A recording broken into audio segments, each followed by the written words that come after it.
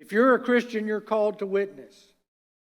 A number of years ago, Matt Tollus wrote this little piece in one of our Baptist publications. And it's called Why God Shouldn't Have Called You.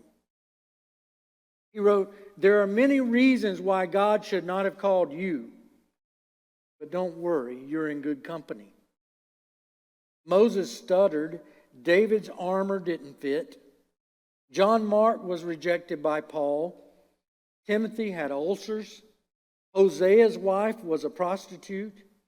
Amos's only training was in the school of fig tree pruning.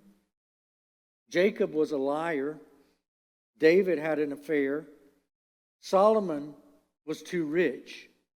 Jesus was too poor. Abraham was too old. David was too young. Peter was afraid of death.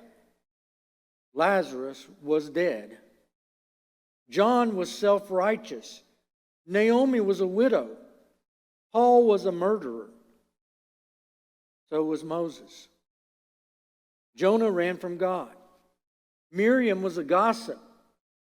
Gideon and Thomas both doubted. Jeremiah was depressed and suicidal. Elijah was burned out.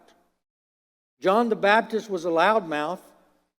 Martha was a worrywart. Mary was lazy. Samson had long hair. Noah got drunk. Did I mention that Moses had a short fuse? So did Peter and Paul. Well, lots of folks did. But God doesn't require a job interview. He doesn't hire and fire like most bosses because He's more of our dad than our boss. He doesn't look at financial gain and loss. He's not prejudiced or partial, not judging, grudging, sassy, or brassy. Not deaf to our cry, not blind to our need. As much as we cry, or try rather, God's gifts are free. We could do wonderful things for wonderful people and still not be wonderful. Satan says, you're not worthy. Jesus says, so what? I am. Satan looks back and sees our mistakes. God looks back and sees the cross. He doesn't calculate what you did in the past year or in the past decade. It's not even on record.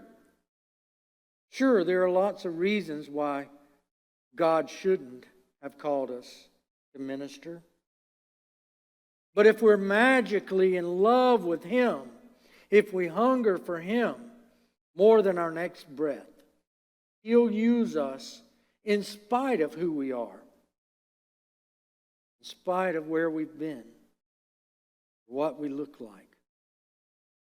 I pray that we'll step out of our limitations into the illimitable nature of who God is.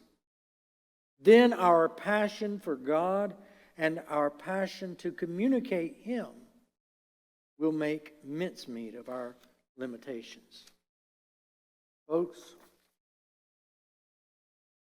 I pray that as we enter into a new year this week, that Christ will be the center of our lives, of our church, of everything that we do, that we will share His good news from this day going forward.